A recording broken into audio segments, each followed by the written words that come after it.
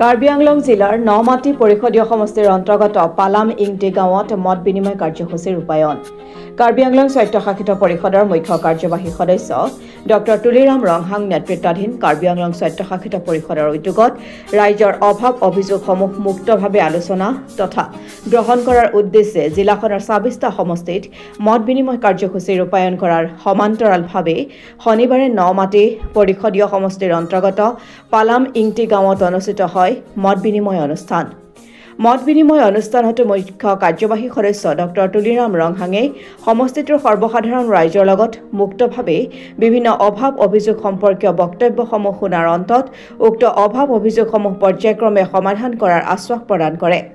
অনুষ্ঠানতে সাংসদ অমৰ সিং টিছো বিধায়ক বিদ্যা সিং ইংলেণ্ড নমাটি পৰিষদীয় সমষ্টিৰ জনপ্ৰতিনিধি তথা কাৰ্বি আংলং স্বায়ত্তশাসিত পৰিষদৰ কাৰ্যবাহী সদস্য ৰিতেশ ইংহিৰ লগতে অন্যান্য কাৰ্যবাহী সদস্যসকল এমএসিসকল জিলাখনৰ ৩০টা বিভাগৰ মুৰব্বী বিষয়াসকল আৰু অন্যান্য বহুতো গণ্যমান্য ব্যক্তি উপস্থিত থাকে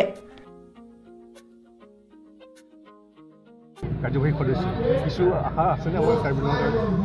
আজি মাননীয় ডক্টৰ তুলিৰাম বিশ্বাস কৰি ডিপাৰ্টমেণ্টটো আৰু নিশ্চয় আজি অসম চৰকাৰৰ পৰা এডভান্টেজ আছে আমাকো তাত মানে পাৰ্টিচিপেট কৰিবৰ কাৰণে এই চান্স দিয়াৰ কাৰণে মাননীয় আমাৰ অসমৰ chief minister doctor Himanta Biswa শৰ্মাক ধন্যবাদ দিব বিচাৰিছোঁ আজি ৰাতিপুৱা আমি আমাৰ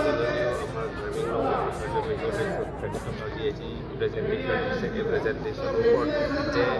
সাধাৰণ পৰা ইনভেষ্টাৰসকলে যাতে যে কাৰ্বি আংলং আহি ইনভেষ্ট কৰিব আমি sericulture department tourism department fishery department agriculture department যিটো আমি গৌৰৱ কৰোঁ যে কাৰ্বি আংলং জিঞ্জাৰটো